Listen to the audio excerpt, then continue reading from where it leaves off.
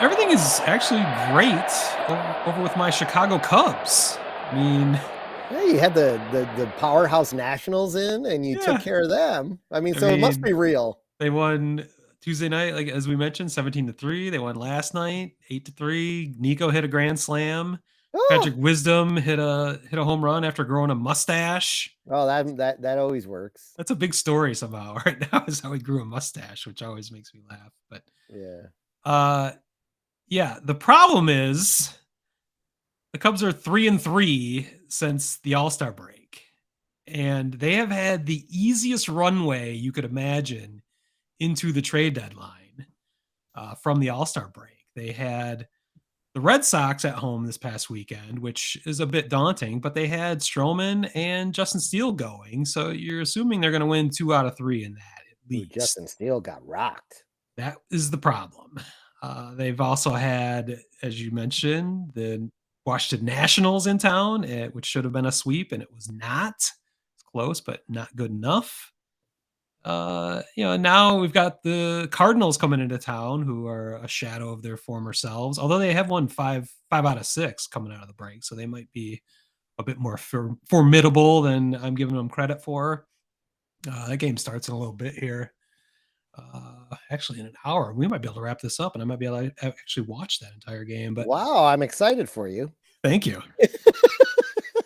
Then they travel a mere 8 miles to the south side of Chicago to face your White Sox, which Should be 2 wins for the I was gonna say, Cubs. no offense, but the Cubs should win those games. And then they've got the Cardinals again next weekend. So Especially since they seem to play better in each other's ballparks too. yeah, that has played It's out quite a weird. That bit. series Yeah, has always been that way. it's It's so strange. strange. But like I said, they've had the easiest runway to make a run before this deadline and make things much simpler for fans and certainly Jed Hoyer to make their decisions on whether Cubs should be buyers or sellers. And they're 3-3 since the break, so we're basically where we've always been. It's just a frustrating existence. You're living on small data points. One game here and there could make all the difference in the direction for the rest of the season, maybe the direction for the next few years. It's ridiculous. As we keep getting inching closer to this deadline, every game becomes that much more important to Yep. how that decision is going to be made. So I don't I I don't believe that a win next week, here and there will turn the tide necessarily, but it would it's possible that if they find themselves just a little bit closer to the division lead, if they win a series that they weren't expecting, it's hard to say. But as they keep inching along here, it just makes that decision more difficult because you're basing it on fewer and fewer data points being the games left before the trade deadline. So Oh, where would you? Well, they're like five. I think they're five under 500 right yes, now. Where would you want them to be? Because they're eight that's out a of great question. first, and they're 6.5 out of the wild card. So they're actually closer to the wild card, but they're dealing with the Giants and the Yeah, Diamondbacks wild and all that. card.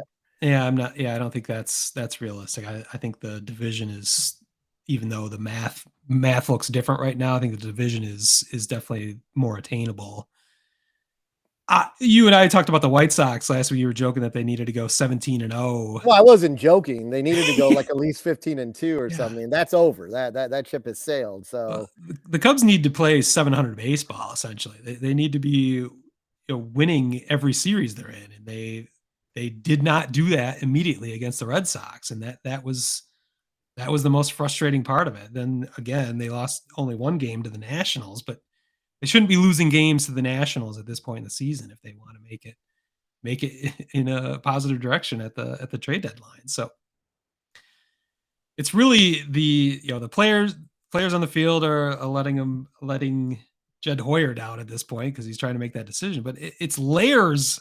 I was thinking about this today. It's really layers of self destruction, right? Right, or self sabotage. Really, the right now the team sabotage. is yeah the team is playing at 500, which is not good enough.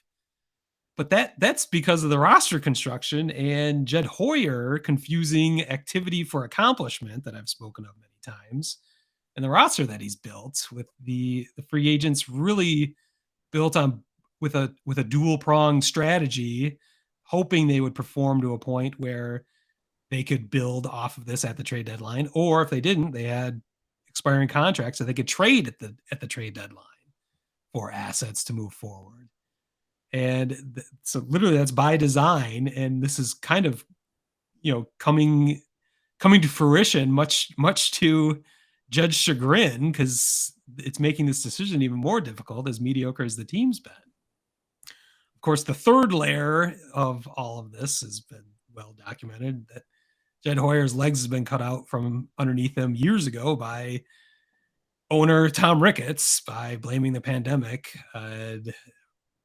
basically treating his major market behemoth as a small market club and not taking advantage when they could have, and not spending the right amount of money and trading away valuable assets as we've seen. So it's frustrating. It's happening on multiple levels. That's kind of a larger view. Of course, the real reason the Cubs find themselves in the position they're in right now is they weren't able to draft very well in the second half of the decade after they were no longer drafting in the top 5 after their tank job. So that's the real cause of all this. So the reasons why we were here are multifold.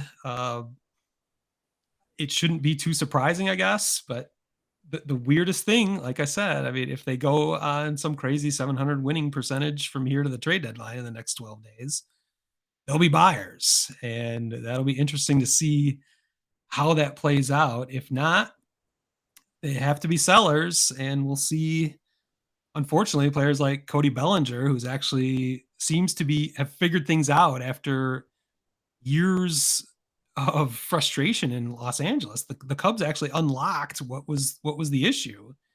He is the left-handed hitting behemoth that the Cubs really need, and that he's always had the potential to be since his MVP year. We haven't seen, but we only signed him for the 1 year, and now the Cubs are going to have to make a decision on him. Marcus Stroman, of course, is the other elephant in the room. I just, if they really, literally, it could go either way to the very last day. I think they're decided they're not making a decision. They're not extending him. They're gonna see how things play out and wait to see what offers are made towards them for his services. So I feel like I've done a similar podcast for the last month or so. There's just Cubs haven't separated themselves in one direction or the other yet. We are, like I said, 12 days away. You and I are only going to be doing one more podcast, I believe, before the trade deadline. That's correct. So next week, maybe I'll have maybe there'll be a real decision made. Maybe there'll be a trade made at that point. Maybe the Cubs will have separated themselves record wise, whether they blow it over the next week or they dominate the next week. Maybe there'll be some like real direction that we could actually talk about. But again, I used the phrase "they're on the razor's edge" last week, and I think they're still right there. But I guess that makes every game really exciting on multiple levels. So, such is the plight of every Cubs fan right now. I mean, I just don't. I mean, from the outside looking in, and I've been saying it all season long, like, I don't even see how they should be buyers. I don't think this team is for real on any level. I think, well, I know you don't. I think anyone I think you're fooling yourself. I mean, look at the months they've had, the way they've played. I mean, I'm not proposing. I think, I guess this is a little bit deeper level. I think if anything, the Cubs might stand pat rather than selling or make minor moves here and there. Well, you have to trade anyone who's on a 1-year deal if you can get anything for them. I Well, mean, no. I'm saying if they're going to go for it, they're going to hold on to those players and make moves. So I see what you're saying. going for it isn't trading the farm system away to try to make a run. I'm saying just hold on to those players, not maximize those assets for the God, future. you sound Maximize them like in a the White Sox fan. in the present. Well, we're a little bit closer to 500. But you're 8 games out of first against a Cincinnati team that is one of the hottest teams in baseball. Not so much. I mean, they split with the Giants. Honestly, I'm not scared of Cincinnati. I'm more scared of the Brewers for long term, and the Brewers have some serious issues as well. So that's why we're in the conundrum that we're in, because there's no reason that the Cubs shouldn't be in that mix. Although they haven't, like you said, they have not performed to that level. But you're just going to disagree with me on my optimism. I wouldn't even hardly call it optimism, but I'm disagreeing with your devout pessimism, I guess. I'll just call it. I would call it foolishness at this point. All right. You've got a right. You've got a platform to call me a fool. So I'm not. I've said foolishness, and I'm saying you're a fool. I'm just saying I know what you're saying. Foolishly, and you one who acts like a fool. One who acts like a fool. What I would say is, for one of the rare times over the years that we've done this together, and there's been very rare times this has happened, you are 100% acting like what I would consider a prototypical Cubs fan right now. I think you are mischaracterizing. I think you're emphasizing what I'm trying to say here. I'm not making a decision yet. I'm saying there is a possibility that they can do that. I'm not saying this has to be done. I'm saying in 12 days, that decision would become much more clear. So you're putting me in a corner here before I'm ready to be put into a corner. Okay, and baby. Before anyone needs to be put in a corner. No one puts baby in a corner. I see what you're doing over there. It's not going to happen.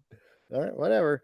Why don't you talk about your Tigers? I do appreciate that you recognize that I'm not a typical Cubs fan in general. So I tried to, but now you're pushing me the other way. Yeah, well, yeah, we'll see.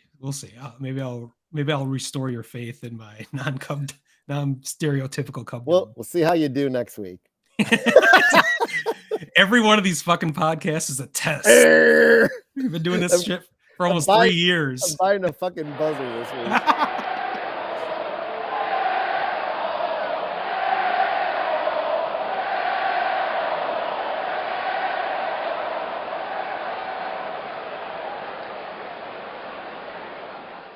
Wordhole Media.